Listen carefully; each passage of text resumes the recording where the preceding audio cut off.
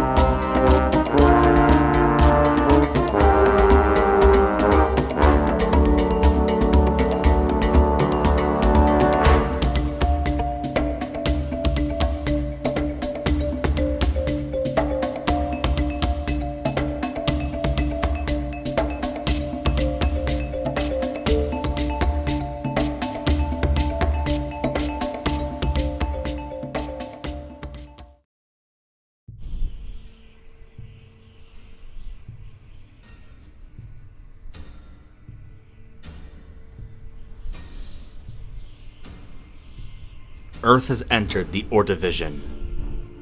The atmosphere remains a furnace by human standards, with high carbon dioxide and low oxygen. However, a mysterious new feature likely dominates the sky: a planetary ring. Formed from a shattered asteroid, this ring system casts a shadow over the Earth, altering the climate. On land, the first true pioneers, primitive liverwort-like non-vascular plants, have begun to green the rocky shorelines, evolving from ancestral green algae. In time, they'll give rise to great forests. Meanwhile, in the warm, shallow seas of what will become New York and Ontario, life has reached new levels of complexity. Trilobites continue to thrive. Now they have grown and have evolved more complex armor. And the biggest, at 70 centimeters long, is Isotylus. These smooth-shelled trilobites scavenge the seafloor and gather in massive annual molting parties. Also living with them is the smaller but spikier Cerarus, which is protected by elegant swept-back armor to ward off new, faster threats. And in the Ordovician oceans, they need it. The oceans are no longer safe for the slow. New hunters have claimed the water column, such as Megalograptus. They are part of a group of arthropods called the Eurypterids, but we know them as sea scorpions. Despite this nickname, they're not related to scorpions. They lack the signature venomous tail sting, but they are armed with formidable pincers, which they use to shred their prey, which includes trilobites. But they're not the only major hunters in these ancient seas. The mollusks have also been developing, and they have produced a new line of predators: the cephalopods. These will give rise to octopus, squid, and cuttlefish. And the largest, with a shell ranging from 6 to 8 meters long, is Camarasaurus.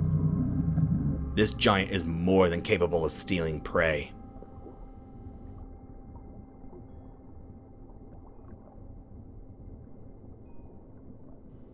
But it has a bigger prize in mind.